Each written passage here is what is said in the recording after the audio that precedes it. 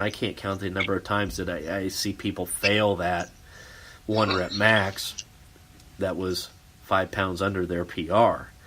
And that's why when I work with my clients, I am not happy when I see somebody on their training program, when I look at the app saying, I only got 8 reps in when I programmed you 12, or I only got 5 reps in when I programmed you 8 or 6. It's like, okay, well, why did you miss it? Well, I was so exhausted from my workout. And then I look back over the log, and you didn't follow the percentage I gave you.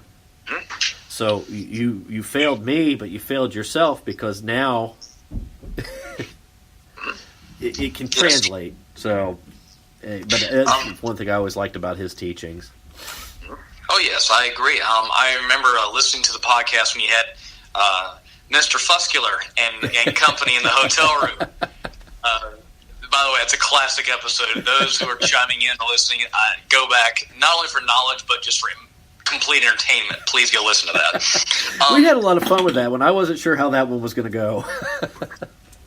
But recently, him putting out information like, hey, I'm going to go for a powerlifting meet. I'm learning cues for the first time. I've never done it before. Yeah. And it's wonderfully refreshing to someone who is so proficient in their sport, but yet they also work. He works at FedEx. I actually worked at FedEx for 5 years. Uh-huh. I did my tour of duty. I'm good.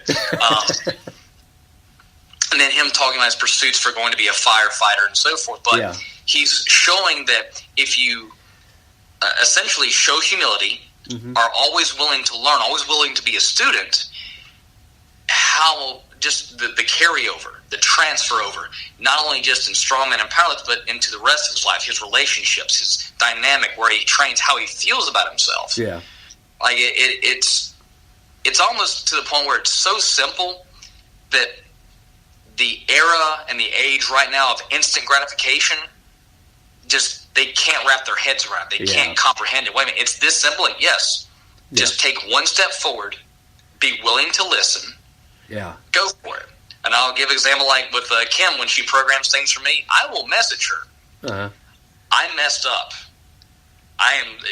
This is nothing you did. I did this. My head was literally in my way. Yeah. And I went stupid. I'm sorry, Kim, but I went full stupid. I did. Yeah. But I understand that when she writes it, I stick to it. And I have to say, she does have, some people with her intensity may not know it, but she has the patience of a saint, because there are times I am all over the place. Yeah. But she also has a way of, all right, if you're here and you're doing this, okay. And she's like, all right, we need to get out the best we can for where you're at. And there were times, like I said, with, as I mentioned before, with my grandmother passing, the scheduling and so forth wasn't as even. Yeah. But she also understands that I'm still putting in committed work. It may not be the actual programming, but then again, I'm not loading my CNS up with heavy weights. Yeah. I'm still trying to quality movements, so not only that I don't fall behind, but I'm still keeping my body tempered. Yeah. So I can pick it back up. I haven't fallen off. That's the thing, that you have to make the programming work for you, and having that correct and appropriate guide, and not just in terms of knowledge, but just you got to have that relationship. And if it clicks, great, keep at it. If it doesn't, find another person that it clicks with. Yeah. Not because not a program hopping, which I see a lot of people do, like, oh, well, this program didn't work. How long did you stay with it? Oh, about 2 weeks. That's not going to... Yeah. Yeah. Uh-oh. So, all right, we're back now. We had a small technical difficulty in the form of I failed to charge my phone. So, this is part 2 of tonight's podcast with Patrick Smith. So, anyway, but yeah, we were discussing about what were we discussing there at the end before we got? I was discussing in terms of, like, when we outlined following a program. Oh, yeah.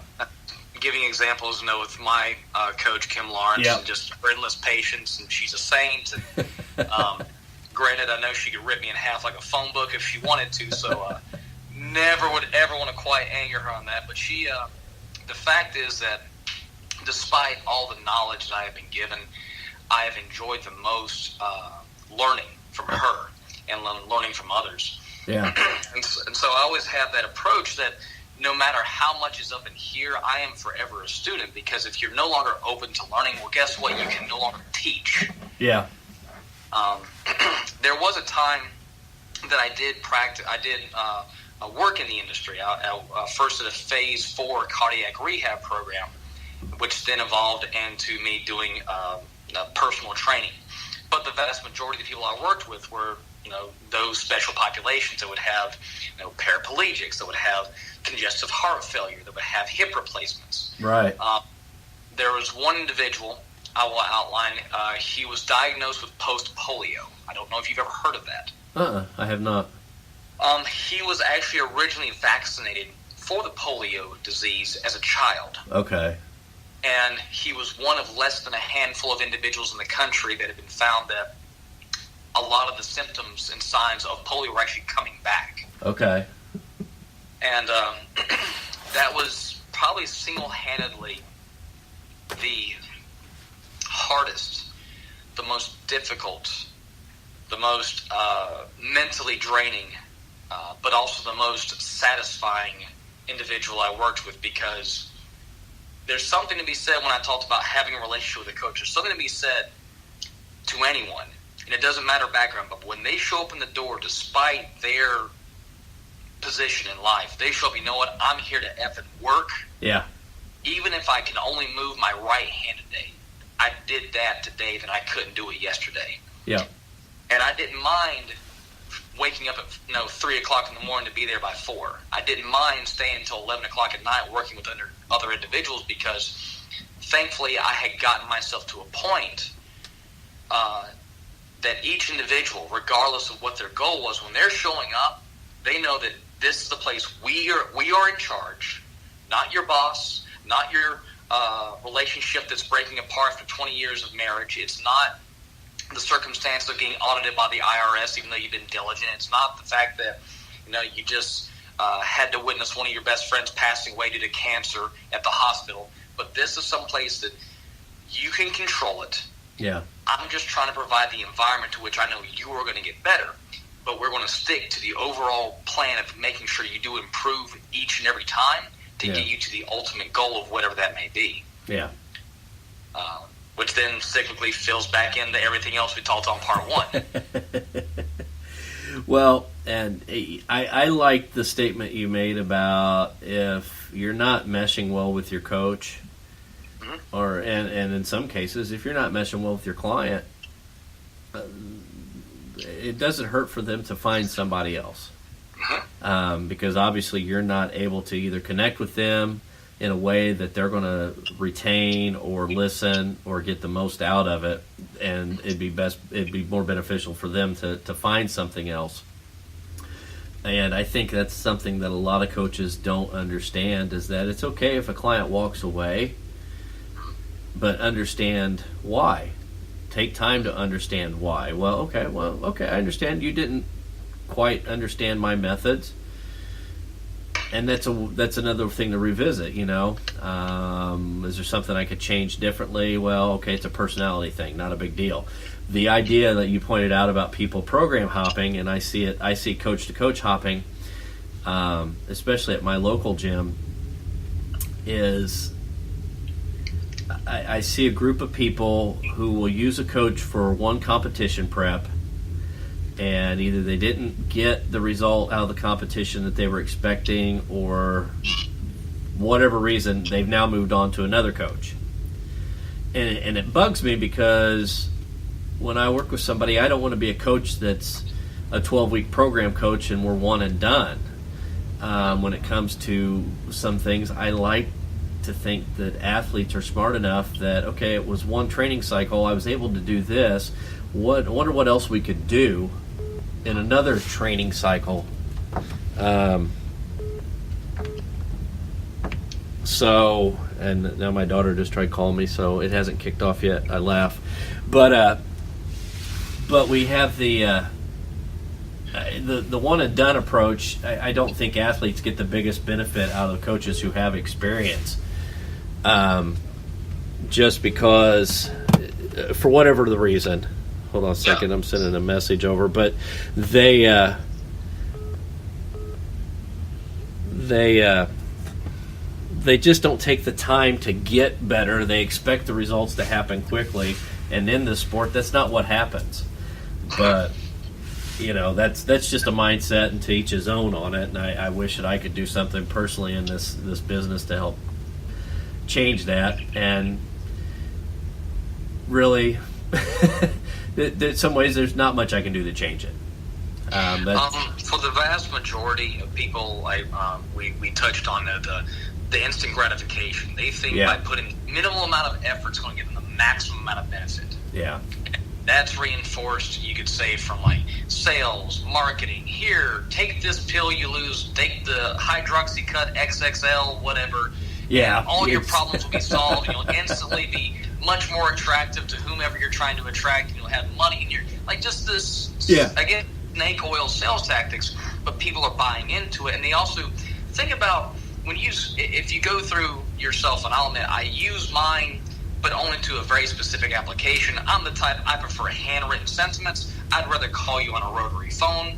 I messaged you earlier, months ago, like, hey, is there a way I can come and meet you? I like face-to-face interaction. Oh, yeah, I do too. I mean, when it comes to this. I was probably born a century too late, but it's a matter that when people look up and say, like, I'll see around where I'm at, they talk about Brian Shaw or Jerry Pritchett, or talk about Nick Best, or Mike Jenkins, and the rest of his soul. Yeah. I look at him like, you do understand that that's at least a decade of training. And then for Brian Shaw, you can go back to the early 2000s, see where he's getting his head handed to him. Yeah.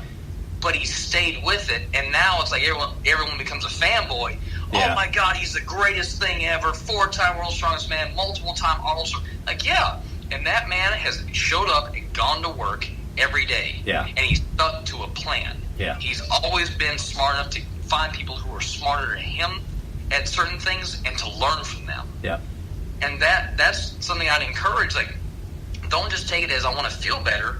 Use it as a platform for you to improve yourself. Yeah. You don't have to go up there with 6-pack abs and be Arnold reincarnate, Just go up there and use it as a platform. If this isn't your thing, use it to find your thing. Yeah, yeah. Use it as that stepping stone that we talked about earlier. So, well, I think we're going to wrap it up. I've taken up a lot of your time tonight, so actually almost 2 hours. Wow. So, yeah. I'm sure there's much more we can touch on, but I understand. Yes, sir. Yeah. There's so much, and I enjoy, like you said, I enjoy doing it face to face. So being able to do it on FaceTime has been fun. When we did our podcast with Molly Haas, it was on FaceTime as well from Germany. So, and the two that I was able to do, and I had this huge list of people that I was going to be able to talk to, and they all agreed to talk at the Strongman Games this year. But boy, with the weather and then Lynn being shorthanded with setup, I ended up just only getting a couple done.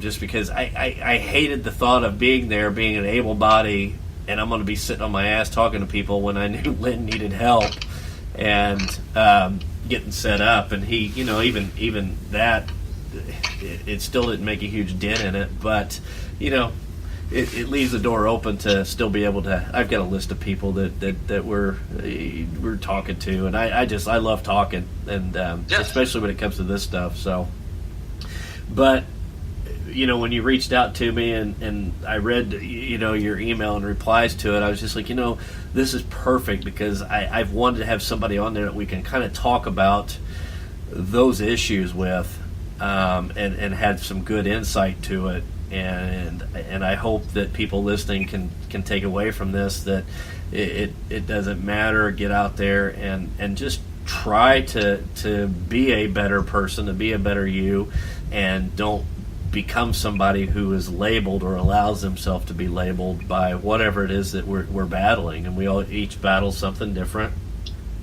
And I told a friend of mine this today is I understand your struggle, or I sympathize with your struggle, but I don't understand it because your struggle is different than mine. But just know that no matter what, we're both struggling, and we can learn from each other. And